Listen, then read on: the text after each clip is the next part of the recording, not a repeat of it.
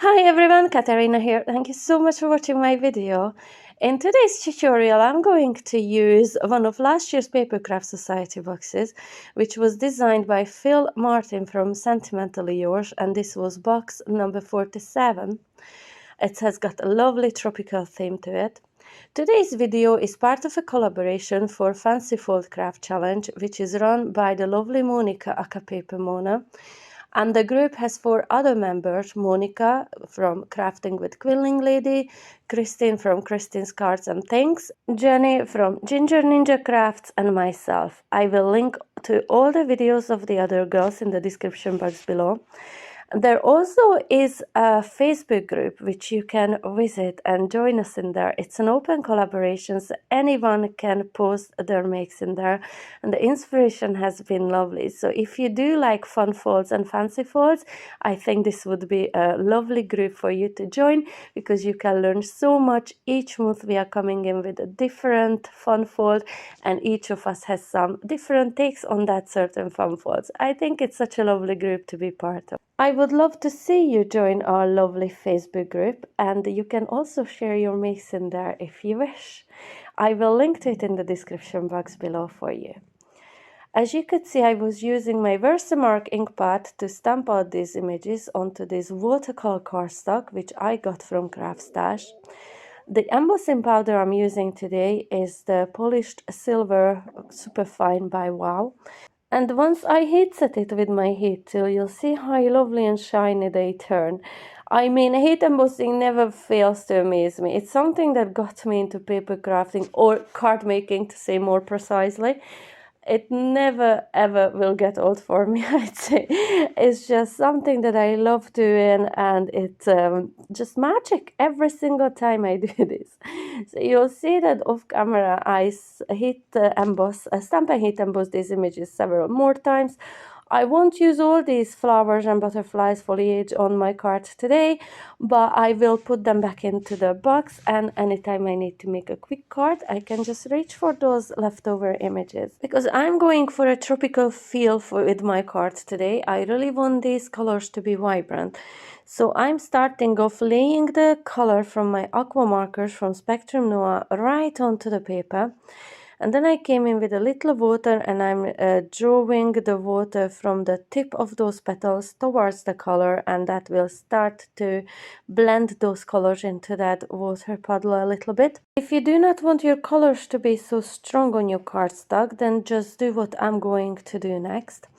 I'm going to take a different color this time. It's a lighter pink, and I'm going to scribble it onto my glass mat or media mat, and I'm mixing it with a bit of water, and now I'm adding it onto the tip of those petals where there's already a little bit of a water laying in there. And then I'm going to come back with that same darker one that I used on the petals themselves. I'm going to scribble that onto my mat, and that will help. But mixing it with a little bit of water will help me to really blend those two colors together, and they just turn out so nicely. Now, because I'm using watercolors in here, obviously as these images dry back, they will fade a little, so the colors won't be just this strong. And the good job about watercoloring is that you can always come back with more layers, but I think it is worth waiting a little time after laying down your first layers to see what the true color fades back to. And then if you wish, you can always come back and add more layers or more colors to them. I really love doing these watercoloring, and I really love these water markers lately. I've been using them on quite a few of my makes. I have a few videos already shared. And these are all the images that I colored in using oranges, yellows, pinks, and a little bit of purple. Greens for the foliage, obviously, and the blues that you can see are all the butterflies. For today's card, I will also be playing with the papers that came in the box kit. For today's card, I'm going to use these lovely art-shaped dies from Tattered Lace, which I got from Highlight Crafts quite a while ago, and I've been wanting to use this so badly for quite a while now. So I took out the 5th and the 6th largest dies, and with the larger one, I've cut out a white heavyweight piece of cardstock, and with that smaller one, a card from the box kit.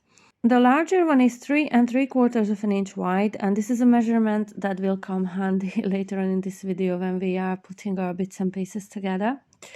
So first of all, we are going to work on the sides of our box. These two pieces of white cardstock measures 4 inches by 2.5 inches. And I'm going to score down at 1/2 inch on the 2.5 inch side, and I just like to do this on both sides of the cardstock.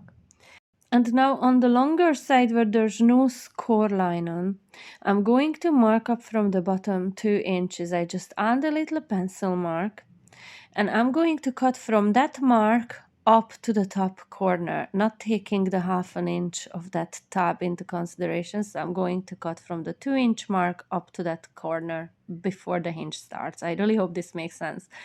So I just like to use my trimmer in here. I don't really trust myself to cut very straight with scissors. So, but if you want to use your scissors and if you're more comfortable with that, just go ahead and do that. I'm just rubbing out the little pencil mark. And for the other side, I just like to line the two back to back because this has to be like a mirror image to each other. I'm just pulling a line with my pencil and cutting it down with my trimmer. This way I can ensure that I definitely have the same kind of an angle on both of these cards. But you can also measure up 2 inches from the bottom the same way we done it with the first piece. Now we are going to create some mats for the pieces that we just cut down at an angle. And these pieces of cardstock both measures 1 7/8 by 3 3/4 of an inch. On this one I'm going to work on the right hand side. On the previous one that I already prepared, I had to work on the left hand side. So I'm going to take this piece of pattern cardstock and on the side that measures 3 3/4 of an inch. Similarly as we done before with our white piece of cardstock, I'm going to come up from the bottom, but this time I'm going to leave a little mark with my pencil at 1 7/8 of an inch. And then I will have to cut this piece from that pencil mark to the top left corner. Or you can bring in the first piece that you already created, and now the two pattern sides are facing each other. And I'm just going to use my scissors just to show you that it can be done easily as well. Cut down from that pencil mark or alongside the other piece of cardstock to the corner. So now these two pieces of pattern papers are the perfect mirror images to each other. I really hope this is making sense. And now we can see that lovely thin white border on all 4 sides. If you have any questions about this process, please leave it in the comment section below and I will try my best to answer it. Maybe a little bit better than I've been explaining in here. So I'm using my color glue to attach this to the bases in there. And then I'm going to use the 1/2 inch hinges in there to attach this to the base of my arch, which will be the back of my card. And again, to do this, I'm using my color glue. It does take a little longer to dry than my quick grab glue, but I feel it's worth the wait because it will leave it real nice and strong. So I'm attaching these sides before adding my mat onto the arch, because this way, now with this piece of cardstock, I can hide a good part of those hinges in there. Now, it's a lovely gatefold card in itself, as it is. So that's another option to do this. Well, I'm going to turn this into a box card now. I have 3 pieces of white heavyweight cardstocks in here, all of which measure 4 3/4 of an inch wide. Score down at 1/2 inch on both sides. That will leave me with the middle section of 3 3/4 of an inch, which is the exact width of that card. So the only difference between these 3 pieces is in height. The bottom one measures 2 inches high, the middle one is 2.5, and the top one is 3 inches high. Now the mats that will come up on top of these will measure all 3 5/8 of an inch in width.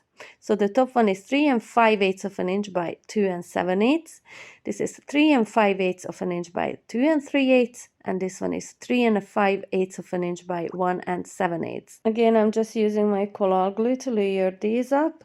And then I am going to be using the 1/2 inch of a tab on either side of those white piece of cardstock to attach these to my main card base.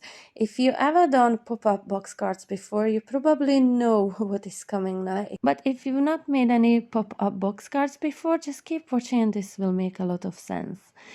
So first I'm going to add all of these onto one side of my card. To do that, I'm going to start off with this, with the shortest one of the three, and I'm going to glue this to the very edge of the side of that box. So I'm making sure that the very edge of that side is lined up with that score line. And then I am going to take the largest one, so the tallest one, which measured 3 inches in height, and I'm going to add this to the very back of my box. So I'm lining up the very edge of my 1/2 inch of a tab with the score line where that little quote-unquote door closes. So I'm adding my collal glue and folding this over. This way now, when I'm going to lift it up, there will be a little 1/2 inch of a gap between that section and the back of the card. To make sure everything is really nicely lined up, I'm just making sure that all the bottom of these pieces are lined up with the bottom of my card perfectly. That way I can ensure that everything is nice and straightly lined up. Now for this middle section, I'm just playing about in here a bit, just making sure that there's an equal amount between the first and the second and the third section in there. I'm adding my glue to that tab, folding it back, and then here I'm just making sure that I'm placing it nice and straight, evenly spaced. It will be in this position that I will come back to close my card over, but first I'm just making sure I'm spreading out all the glue evenly and making sure it sticks very well before I go on to my next step, which is adding my glue to all these little tabs in here.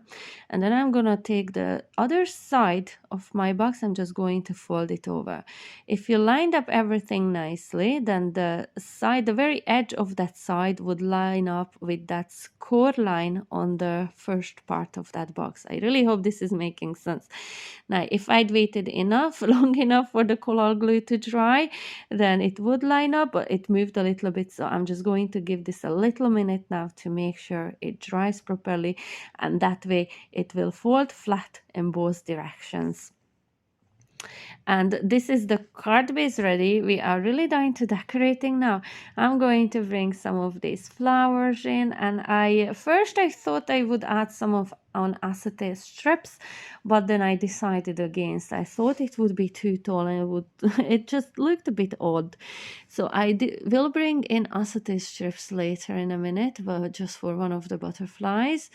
But for all the flowers, I will be just using my quick grab glue, and I will be adding them on all the different sections of these cards, and I will fill out gaps with all the different foliage in there. So I'm just going to leave this footage in here. I will speed it up obviously because it would take way too long. It takes me forever to make my mind up what I want to place. I'm just going to use my quick grab glue to add the different lilies and hibiscuses and then fill out the spaces with the foliage. On the back of that card, I added some of the elements using foam pads, as you will see in a minute.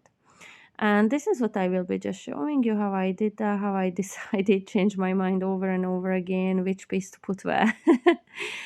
I did find myself in quite a creative rut lately. It's not that I don't have ideas. I do have loads of ideas. They just won't materialize for some reason. I really don't know. Normally, when I'm stuck, I would sit down and color in images, and that's what I did with this card. I had these lovely flowers and butterflies, all lovely colored in, lovely and shiny. I also added some glitter to some of those flowers, as you'll see in a minute. And the glitter that I used was the lemon sorbet, just for the middle bit of the lilies, and all the other glitter that I just added was Crystallina, which is a translucent glitter. And normally when I color in flowers or any images, it would motivate me, it would inspire me to make a card. And yet with this one, I was just staring at those colored in gorgeous flowers for hours at no end. I just couldn't make my mind up what to make. It felt so weird. But yeah, what do you do when you find yourself in a creative rut? It doesn't happen all that often to me, but when it does, it's awful because I'm surrounded with all this lovely crafty stuff in my craft area. And I even bought some new things lately, and it's just horrible that I'm just staring at them and I can't use them for some reason. It's I don't like that when it happens, but it does happen. So I would like to know, what do you do when that happens to you? Now, all in all, I'm extremely happy with how this card turned out at the end. I will show you some close-up footage at the very end of this video, so please stay tuned for that. I love the tropical feel of this. I was just trying to maybe magic or manifest a little bit of a tropical feel to our horribly long winter in Ireland. It has been crazy, so that's not helping my mood either. It's just been so cold. When it comes to a point where we are waiting for a little bit of a warmer day or two, we just get another cold spell, and it has not been very good. I am not one for a cold. I'm kind of ready to move somewhere tropical, I think, honestly. So yeah, a little bit of a tropical magic with these stunning little flowers. Well, it did definitely help my mood because it set me off for another lovely card or two, which I will share in my next video with you all. So please be sure to check back.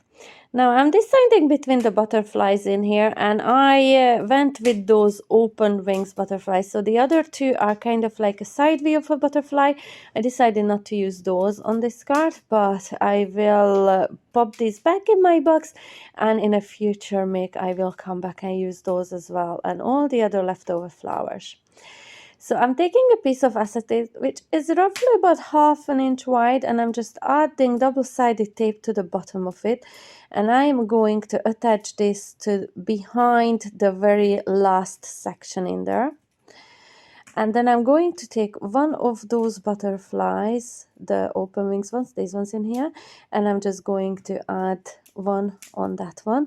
Again, I'm going to add some double-sided tape just to the middle of that butterfly, and this is the piece which I will attach it to my piece of acetate with. And this butterfly will have a little bit of a movement to it, obviously, because of the acetate. The other one, I'm just adding with a little bit of a foam pad onto the back of my art, or the back of the card. And I like to reinforce my foam pads with liquid glue every now and again when I don't forget. And I'm just attaching it to the back, and how lovely does that look? It's such a fun little card. I really love it. I have to say, this Papercraft Society box is definitely one of my favorites. It's filled with gorgeous flowers and butterflies, which I love. There's also this die, Happy Birthday, included in the box, but I didn't like that, not for this card. I thought it was a bit chunky writing for my liking for this one. So I took a Happy Birthday sentiment stamp from the latest Simple Cards and Papercraft magazine, and I'm just going to heat emboss this again using the same Wow embossing powder I used for my images, and this one is the polished silver. So I'm just going to heat set it, and once heat set, I'm cutting around it with my scissors. But then I decided it's still a bit too big, so I'm just going to bring my guillotine in, and I'm going to cut a little bit down on all 4 sides. So I just find I can cut a straighter line with this. I do use my scissors every now and again too, especially for sentiments, but I just trust more my guillotine or my trimmer for this. So I'm picking out a color to add a little bit of a backing to my sentiment using my liquid glue. And now I'm going to use my scissors to cut around this. I'm just going to leave kind of an even border on all 4 sides in there. And this orange one again goes really well with some of the lilies that I colored in on my card. So it's just all nice and matchy-matchy. I'm going to use some foam pads again at the back of this to lift it away from the background a bit. Adds a lovely little dimension, reinforcing it with my liquid glue and just popping it up onto the front of my card. And this is it, the card ready. I was going to add some gemstones, but then I decided that I really did not need it. There's a lot of room to write your message at the back of this card, and it folds flat perfectly into a 6x6 envelope, even with the butterfly sticking out on top of the arch, because the arch itself wasn't 6 inches high. So normally I would make boxes or box envelopes for these cards anyway, but if you would like to post something like this, it would definitely fit into a little bouncy envelope for you. And this is the card ready. Stay tuned for the close-up images now. I really hope you enjoyed today's tutorial. If you did, please do not forget to give me the thumbs up or leave me a comment. I would love to have you subscribing to my channel if you haven't yet done so, and hit the notification bell to make sure you get notified anytime I upload new videos. Do not forget to check out all the other videos for this month's Fancy Fold Challenge. I have the links in the description box below, and also check out our Facebook group where you can also share your makes or just have a look at other crafty makes created by all the very lovely and talented crafters out there. I really hope I inspired you a little today, and I would like to see you back for my next one. Until then, bye!